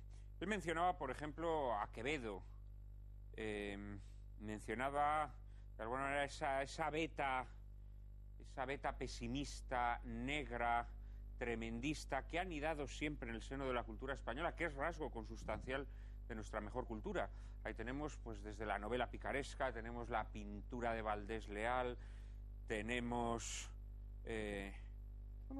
la pintura negra de Goya, tenemos a Regoyos, tenemos a Gutiérrez Solana, tenemos en literatura el tremendismo, tenemos, en fin, toda una estirpe literaria, artística, cultural, que tiene una visión negra de la realidad y que a veces se regodea incluso, pensemos en Gutiérrez Solana, se regodean los aspectos más escabrosos, más sórdidos de esa podredumbre, ¿no? Que también anida en el alma española. E indudablemente esto puede haber sido un caldo de cultivo también para esa leyenda negra que desde otros países se ha aplaudido como un rasgo de pintoresquismo casi, ¿no? Imagino que Andrés quiere un poco enlazar con las ideas que lanzaba. Un ejemplo, en la línea que marcaba Fernando me viene a la memoria el caso de Forner, que fue un polígrafo español eminente, personaje singular, que en un determinado momento, ante el hecho de que un autor francés que se llamaba Maison de Morvilliers, me parece que compuso un artículo en la enciclopedia hablando de las aptitudes de los españoles para la ciencia, ¿no? Y preguntaba, lo hacía en forma de preguntas, un estilo catecismo, decía, ¿qué han hecho los españoles, decía Maison de Morvilliers, en los últimos 100 años en el terreno científico? Nada. ¿Y qué han hecho en los últimos 200 años? Nada. ¿Y en los últimos 800? Tampoco, nada. Esa era la conclusión típicamente ilustrada y anti-española, ¿no? Y entonces Forner redactó una apasionada oda, una oración reivindicativa de los españoles, ¿no? En la que trató de poner de relieve la grandeza o las obras, el mérito que existía en la historia española. Y lo curioso es que los ilustrados españoles se echaron encima, le obligaron a callarse con Iriarte a la cabeza porque les molestaba aquel reivindicador de glorias pasadas a las que ellos habían ya, los ilustrados españoles, decidido renunciar porque habían entrado un poco en la órbita de ese criticismo que incluía a la España tradicional en el campo de la España negra per se denostable. ¿Alfonso? Sí. Yo creo que hay una cuestión que plantea muy bien Menéndez Pelayo, como otras tantas en su historia de los heterodoxos, que es que en España el siglo XVIII es un siglo francés, lo cual tiene su importancia. Es decir, ha habido una monarquía austriaca que ha defendido unos valores, esa monarquía austriaca acaba en 1700, llega una nueva dinastía y esa nueva dinastía no tiene por qué defender lo que han sido los valores y la obra de gobierno de la dinastía anterior. Todas las cosas porque no ha sido una sucesión pacífica, sino que ha habido una guerra para conseguir esa sucesión.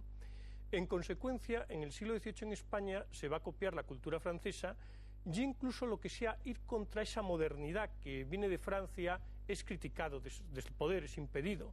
Cuando Feijóo, y eso que Feijóo pues es una ilustración cristiana, como bien plantea Polazar, etcétera, escribe, cuando tiene un contradictor desde unas tesis más conservadoras, se dice que no se puede criticar a Feijóo porque sus obras son del real agrado. Es decir, es el despotismo ilustrado que quiere apoyar una serie de posturas ideológicas que son las suyas. Porque ahora no hay que olvidar, cuando llegamos a la Revolución Francesa, que esa nobleza francesa, después guillotinada, es la que ha aplaudido ver cómo se colgaban a los aristócratas franceses en las bodas de Fígaro. Es decir, que antes ha habido un poder cultural que se ha tomado desde los sectores ilustrados, anticatólicos, etcétera. ¿Qué repercusiones tiene esto en España? En primer lugar, cuando la invasión francesa. Buena parte de nuestras élites consideran que lo que dice la leyenda negra es verdad, que España es un pueblo atrasado, un pueblo inculto, un pueblo que hay que civilizar, y por eso se unen a Napoleón. Napoleón, como dice en su proclama, quiero ser recordado como el reformador de vuestra patria. Y eso es lo que explica que un conde de Cabarrús, ministro casi de Carlos IV, pues escriba a Jovellanos que se pase al bando francés porque el rey nos da una constitución, etcétera. Y Jovellanos, que siendo ilustrado no está en esa línea, le escribe que España tiene ya su propia constitución, que es el conjunto de leyes fundamentales del reino, y que si hay que cambiar alguna, pues cámbiense. Pero es que Jovellanos bebe más de fuentes británicas que de fuentes francesas. Pero hay otro sector en España, que además es más importante que los afrancesados porque tendrá el poder, que serán los liberales. Los liberales españoles, en primer lugar, ¿por qué no son afrancesados? Bueno, porque para ellos Napoleón es demasiado conservador. El problema es que la Revolución Francesa es cambiante en sus etapas y, como decía el embajador de Francia, Quintana era un gran admirador de Robespierre, pero Napoleón era un monstruo del conservadurismo. Entonces, para ellos, el orden napoleónico no es ninguna tentación ideológica, porque va mucho más allá que ese orden napoleónico. Y claro, ¿cuál es la visión que tienen del pasado español los liberales? Y esto es lo grave. Pues vamos a ver. En diciembre de 1834 se puso una primera piedra al pie de la estatua de Cervantes que se erigió en donde ahora está las Cortes. Esa primera piedra se descubrió pues hace unos meses, la Comunidad de Madrid hizo una exposición sobre ella, y al pie de esa estatua estaba un manuscrito hecho por un joven de 21 años, de apellido Garay, en el plazo de 24 horas, que contaba la historia de España desde 1800 hasta 1834. Pero lo demoledor era la página inicial resumen. En España, a partir de 1521, con la derrota de Villalar, se hundieron las libertades y España gimió bajo la ignorancia y el despotismo, y de eso solo fuimos, digamos, salvados a partir de 1800. Cosa maravillosa para estar al pie de una estatua de Cervantes. Es que la versión de la historia que tenía el liberalismo progresista español era que la cultura española era una cultura inexistente desde las comunidades de Castilla hasta que ellos llegaron, por tanto saltándose todo el siglo de oro. Por otro lado, es muy curioso esa primera piedra puesta en diciembre de 1934, cuando el que está en el gobierno es Martínez de la Rosa, que había sido, no fue liberal gaditano, pero había estado en las Cortes en la época de Madrid, pero que había sido muy liberal, pero que ya en esa época no quería eso, quería un estatuto real, quería recobrar la tradición, pero ya se le escapaba el control de lo que sucedía en su propio estado. Es decir, uno de los graves problemas que creo que tiene la imagen de la propia España es que buena parte de nuestros sectores políticos beben de fuentes extranjeras que nos ponen verde y también se lo creen verde. Es decir, tenemos que ir a un Menéndez Pelayo, a su magnífico discurso del Retiro, hablando de España evangelizadora en la mitad del orbe, martillo de herejes, espada de Roma, luz de Trento, cuna de San Ignacio, para llegar a valorar lo que es la cultura del siglo de oro, porque ahí lo que está planteando la gente es esto de Quevedo, esto de Góngora, hay por dónde cogerlo, no hay por dónde cogerlo, y eso es, yo creo que bastante grave en nuestra historia nacional, que hay un periodo que hemos bebido desde fuera, que no es de recibo y nos lo hemos creído, cuando la verdad es que en ese periodo hay unos grandes valores que pueden ser afirmados y mantenidos. Antes hablabais de la cuestión de la ciencia, es muy interesante porque ¿cómo se llama este caballero de Valladolid que ha descubierto los planos de Jerónimo de Allanz? Nicolás García Tapia, creo recordar que es. Que resulta que en España en el siglo XVII había máquinas de vapor que estaban funcionando. Allanz, Vasco de Garay. Los historiadores del XVIII y del XIX fueron incapaces de entender los planos porque carecían de la menor formación técnica. Así que hasta hace unos pocos años no se ha podido saber esto, ¿no? Es decir, realmente hay unas lagunas extraordinarias que parece mentira que en un país con una historia como la nuestra existan, pero es así. Hay unas lagunas formidables y buena parte de eso, desde mi punto de vista, buena parte de la culpa de eso la tienen las élites políticas e intelectuales del XVIII para acá. Élites que han terminado adoptando el discurso del papelito ese del monumento de Cervantes, ¿no? Tú hablas hoy con los líderes socialistas, pero ojo, también con muchos del PP, y esa es básicamente la visión que tienen. Recuerdo una entrevista, en fin, dolorosísima, con un señor que luego ocupó altos cargos diplomáticos con el Partido Popular, que le preguntaban ¿qué es lo que más detesta de España? Y decía su pasado. ¿Cómo se puede ser tan estúpido? Bueno, es decir, esos son los políticos españoles. Pero esos políticos, a su vez, son fruto de una universidad que les ha enseñado eso. Es un hombre más de nuestra generación que de la de Fernando, aunque la juventud de Fernando es proverbial. Bueno, sobre todo la define él y la proclama él. Bueno, los demás. Es tremendo, pero esa es la realidad. Sin embargo, y ahí Fernando creo que puede hablar muy bien de este asunto, lo que se ha descubierto en los últimos años de la gente que se dedicó a hacer divulgación histórica es que los lectores se cuentan por centenares de miles. No digo los compradores, por desgracia, pero sí los lectores. Y también yo no me quejo de mis compradores tampoco. ¿No? ¿Eso qué quiere decir? Quiere decir que hay un desconocimiento prácticamente universal por parte de los españoles sobre nuestra historia y al mismo tiempo una sed sana de conocer también muy grande. Y eso es lo único que permite concebir alguna esperanza, ¿verdad? Pero fíjate, hoy por fin es posible. La cultura española, lo dirigista que es, que se reprime esa necesidad, esa vocación de los españoles, ese deseo de conocer su propia historia y, por ejemplo, se impide que se hagan películas de corte histórico, todo lo que tiene que ver con... Más vale, es que lo hacen tan mal además en España. Teniendo en cuenta que es un drama, es un drama, sí, no se podría hacer bien, con dinero, ¿no? Sí, bueno, yo quería meter un poco en Alfonso, por si ha dicho alguna maldad, diríamos, inteligente. Alguna maldad antiliberal. Se ha dicho alguna maldad, diríamos, contra los liberales. Entonces, bueno, ha reconocido la tradición foránea, extranjera, del liberalismo, y cómo beben de fuentes francesas, fundamentalmente. ¿Estás de acuerdo con el liberal español? ¿Napoleón le parecía conservador? O sea, que estaban mucho más allá. Sí, bueno, había muy cantamañanos, había bastantes cantamañanos, ¿no? Pero había algunos doceañistas dignos. Jovellanos es un personaje muy digno. No es liberal doceañista. Que no es liberal doceañista, ¿no? Efectivamente, y que se negó a colaborar, como sabes, con Bonaparte, con José Bonaparte. Bueno, entonces... recordamos la tradición extranjera del liberalismo español, pero había que recordar también la tradición extranjera del conservadurismo español. Eso es una evidencia clarísima, y después del magnífico libro de Javier Herrero, Los orígenes del pensamiento reaccionario español, que también el pensamiento reaccionario español no bebe fuentes, diríamos, de las cortes medievales, ni de esa democracia, con muchas comillas, de los de procuradores que van a las cortes siguiendo las instrucciones de sus ciudadanos, etcétera, etcétera. No, bebe también de fuentes europeas. Y también Europa agradece, digamos, las aportaciones al pensamiento, no llamemos reaccionario o conservador, de algunos de ellos, de tal forma que la obra de Donoso Cortés probablemente es una de las grandes obras españolas que se exportan en el siglo XIX y que se leen en Europa. Claro, y Gracián se lo de Schopenhauer. Y me agrada que cites a Gracián, porque Gracián, que es un verdadero genio, a mi entender, es una gran cumbre de la literatura, Baltasar Gracián, que nos duele y que ahora creo que ya no se estudia en literatura. Si estuviera aquí Miguel Ayuso diría de la Compañía de Jesús. Bueno, pues de la Compañía de Jesús. Con problemas también con la Compañía de Jesús, ya sabes que estuvo a punto de salir, porque le decían que tenía que pasar la censura de su superior, y él decía, no, mi obra no pasa la censura de ningún superior, y estuvo a punto de abandonar la Compañía, y luego, efectivamente, muere dentro de la Compañía. Pero entiendo que es un verdadero genio. Bueno, pero claro, grandioso. Utilizan a veces visiones que da Gracián de España para criticar España, en vez de decir, una cultura que ha generado Gracián es una cultura y un país que ha generado a Gracián. Hay una reconquista que hacer. Nuestros estudiantes de políticas, por ejemplo, ignoran prácticamente por completo a Saavedra Fajardo.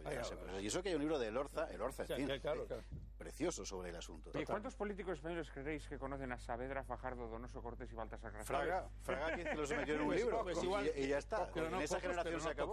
Poquísimos. Podrían ser 10. Yo sería capaz de contarlos con los dedos de una mano. Os quería hacer una pregunta delicada. Introduciéndonos ya en el siglo XX, evidentemente, en ese gozne entre el siglo XIX y el siglo XX, Estados Unidos se incorpora a la leyenda negra, ¿no? Con la guerra de Cuba, etcétera, etcétera. Pero luego os quería hacer una pregunta. ¿Vosotros pensáis, por ejemplo, que la institución libre de enseñanza o luego la cultura española en el exilio contribuyen también a la leyenda negra, de alguna manera? No sé si esto lo juzgáis delicado o no. La institución libre de enseñanza, sí, pero ¿hasta qué punto? No, me parece bien la pregunta. ¿Encuentras mucho más antiespañolismo en personajes como Azaña en 1930? Pero los discursos del Ateneo son brutales, y además son brutales también por erróneos, ¿no? Pero bueno, encuentras mucho más en eso que en los textos habituales de la institución libre de enseñanza. Bueno, y por ejemplo, ¿no? Un exiliado eximio como Sánchez Albornoz es un hombre que está viviendo el drama del exilio y la lejanía de España de una forma tan tremenda, y cuando llega a Madrid lo primero que hace es besar el suelo, porque está enamorado de esta tierra. O sea, y además está enamorado de España, de su historia y de su historia de verdad. Por supuesto, ¿cómo no? Claro, por eso. O sea, yo creo que hay... Reivindica a España poderosamente frente a Américo Castro. Por ejemplo, Américo Castro es el prototipo del autor que ha desarrollado una modalidad potente de leyenda negra, ¿no? Yo soy más albornocista que Américo Castro. Hace poco, Fernando, leí una referencia tuya en un periódico a esta cuestión, el famoso tríptico castrista del que se burlaba Sánchez Albornoz, refiriéndose a la supuesta convivencia idílica de las tres religiones en la Edad Media. Señalabas tú que es falso.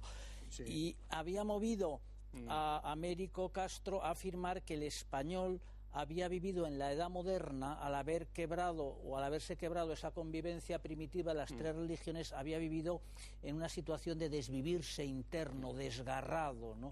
Al haberse entregado a una visión monolítica y católica de la historia. Teoría que Sánchez Albornoz pues deshace habilísimamente, poniendo de relieve cómo eso no era exacto, ni era verdadera aquella visión, ni el español era una persona que en el siglo XVI viviera desviviendo, sino que pocos europeos había habido que tuvieran una mayor seguridad en sus convicciones. Pero no hay más que ver las ciudades españolas para comprobar que esa teoría es completamente falsa. Es decir, están separados los grupos para que no se enfrenten. Ha jugado un papel muy importante en una cierta ley. Bueno, en el discurso zapateril probablemente... Bueno, claro, porque es que a través de Juan Goytisolo, Américo Castro pasa a la progresía española contemporánea. Yo creo que la institución libre de enseñanza bebe ideológicamente en el extranjero, por supuesto, pero no es antiespañola. Es decir, cualquier señor de la institución libre de enseñanza... No he dicho que sea antiespañola, sino que es decir, que dejaría a Fernando como un nacionalista peligroso. O sea, tengas en cuenta todo lo que fue el tema de la configuración de la Segunda República, reconocimiento de los estatutos de autonomía que hubo,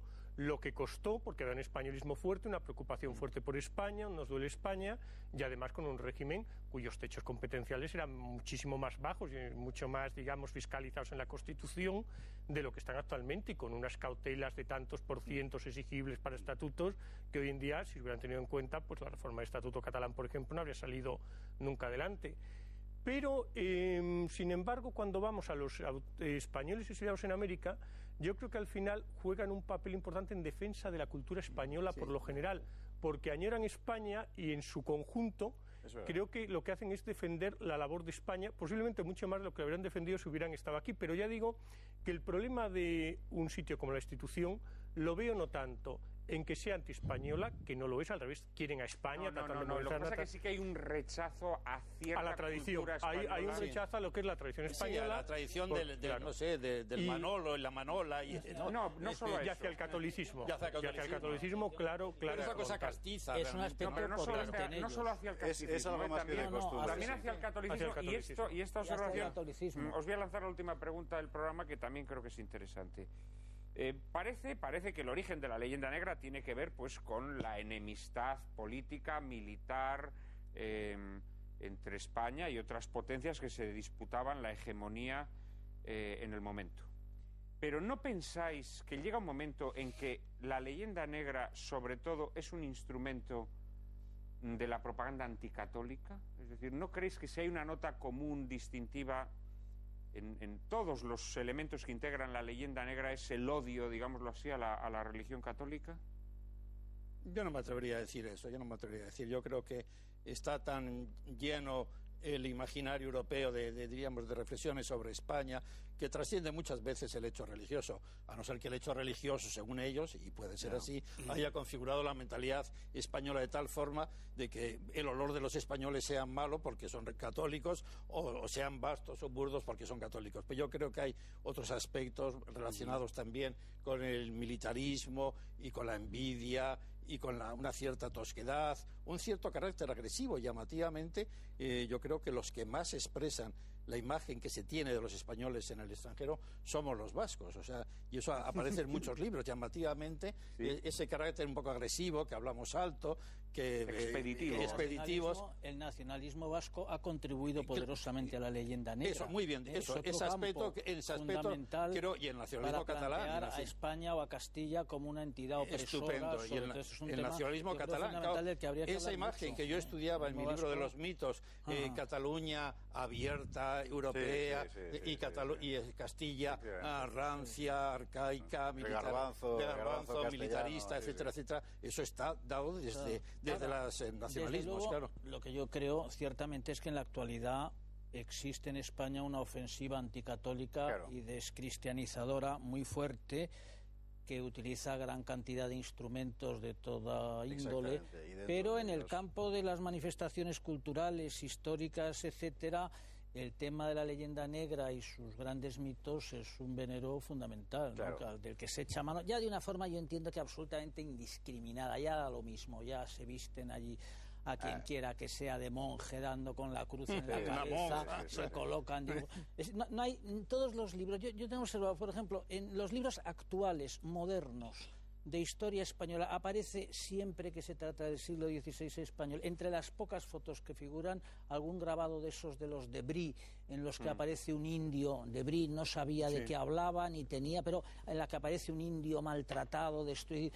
Todos los temas grabados que gráficos, se utilizaron para ilustrar la brevísima relación de Bartolomé de las Casas. Es utilizado de forma indiscriminada, o sea que yo sí que creo que soy un instrumento, aunque un poco ya, digamos, tópico, ya convertido a nivel de una digamos, en el plano de la munición agitprop, baja. que sospecho que es lo que le interesaba a nuestro moderador, ¿verdad? Sí, en términos de la agitprop, se utilizó como instrumento contra la Iglesia Católica en el siglo XVI y se ha utilizado hoy, y se sigue utilizando hoy como instrumento de agitprop, claro, contra la Iglesia Católica y contra la tradición católica, y más en general contra la visión cristiana del mundo por los poderes en presencia.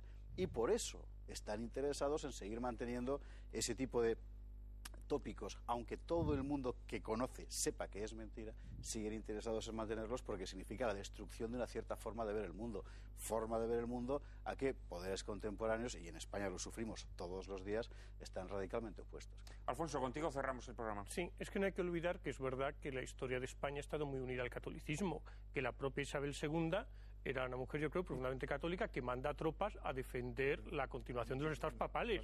Y al final, cuando General O'Donnell cambia de política y los abandonaron, no le gusta nada. Es decir, y luego tenemos en los años posteriores a la Guerra Civil Española, que son unos años también muy marcados por la presencia del catolicismo en la sociedad española, lo cual genera como reacción una crítica hacia el catolicismo y no solo una crítica hacia lo que era la estructura política. Es decir, que en España se han mezclado mucho los temas, y eso hace que uno de los símbolos de nuestra progresía sea hoy el que hay que meterse con lo que es el catolicismo, lo que ha supuesto para la historia de España, y considerar poco menos que el catolicismo un peligro público, cuando lo cierto es que los valores católicos son valores positivos y universales. Bueno, yo insistiría, yo creo un poco, si cerrando, no sé... Muy bien, si gracias por invitarme a cerrar. No, que efectivamente, yo creo que la leyenda negra somos nosotros muy responsables.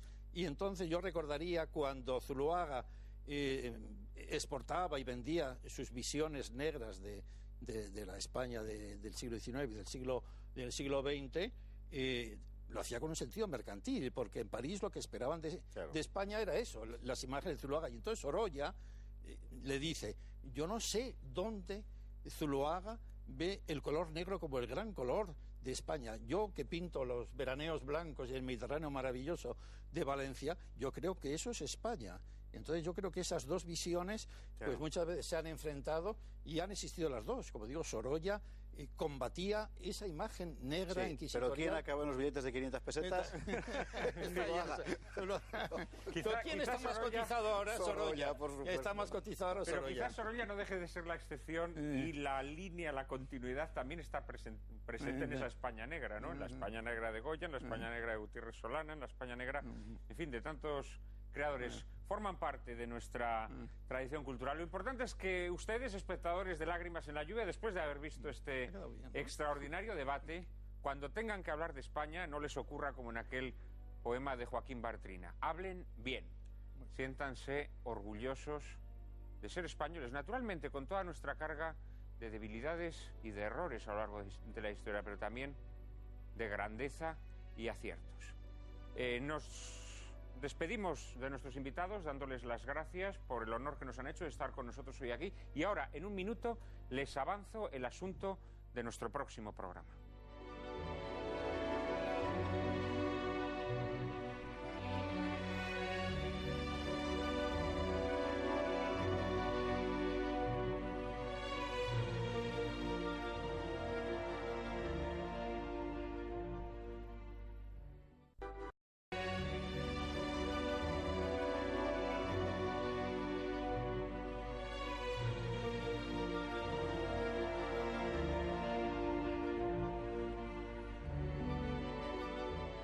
Fíjate qué curioso, Cárcava, que probablemente si no hubiera existido la imprenta y posteriormente los periódicos, la leyenda negra no se hubiese divulgado jamás.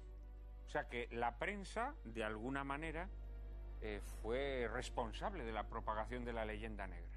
Y yo creo, Juan Manuel, que para muchísimos de nuestros espectadores, la prensa, o sea, nosotros, en cierto modo, no somos solo como la leyenda, como parte de la leyenda negra, sino que también somos como una especie de parte de peste negra, ¿no? Bueno, pues sobre esa peste negra, sobre la situación actual de la prensa, hablaremos en nuestra próxima entrega de Lágrimas en la lluvia. ¿Son los medios de comunicación un instrumento al servicio de la verdad, o más bien son lacayos de intereses ideológicos y económicos espurios? ¿Cuál es el futuro de la prensa escrita? ¿Cuál es el papel que asumirán en el porvenir del periodismo las nuevas tecnologías? ¿Existen nuevas y sibilinas formas de censura? Sobre todo ello y sobre otros muchos aspectos problemáticos del cuarto poder debatiremos en nuestro próximo programa. E ilustraremos nuestro coloquio con la que para muchos es la mejor película de la historia, nada más y nada menos que Ciudadano Kane, el título con el que debutó uno de los genios indiscutibles del siglo XX, Orson Welles. Una película en la que, con procedimientos cinematográficos nunca vistos hasta entonces, Welles se atrevió a explorar los rincones más oscuros de la existencia de un magnate del periodismo, Charles Foster Kane, que en realidad es un trasunto del todopoderoso William Randolph Hearst, cuyos periódicos, por cierto, contribuyeron a la propagación de la leyenda negra durante la Guerra de Cuba. No se la pierdan. En blanco y negro, Ciudadano Kane. Ya saben que a partir de ahora ya no podrán llorar lamentando que la televisión es un desierto de la inteligencia y el buen gusto. Ahora ya pueden refrescarse en el oasis que cada viernes les brinda Lágrimas en la lluvia. Todos los viernes a las 9:30 de la noche, aquí, en Intereconomía Televisión.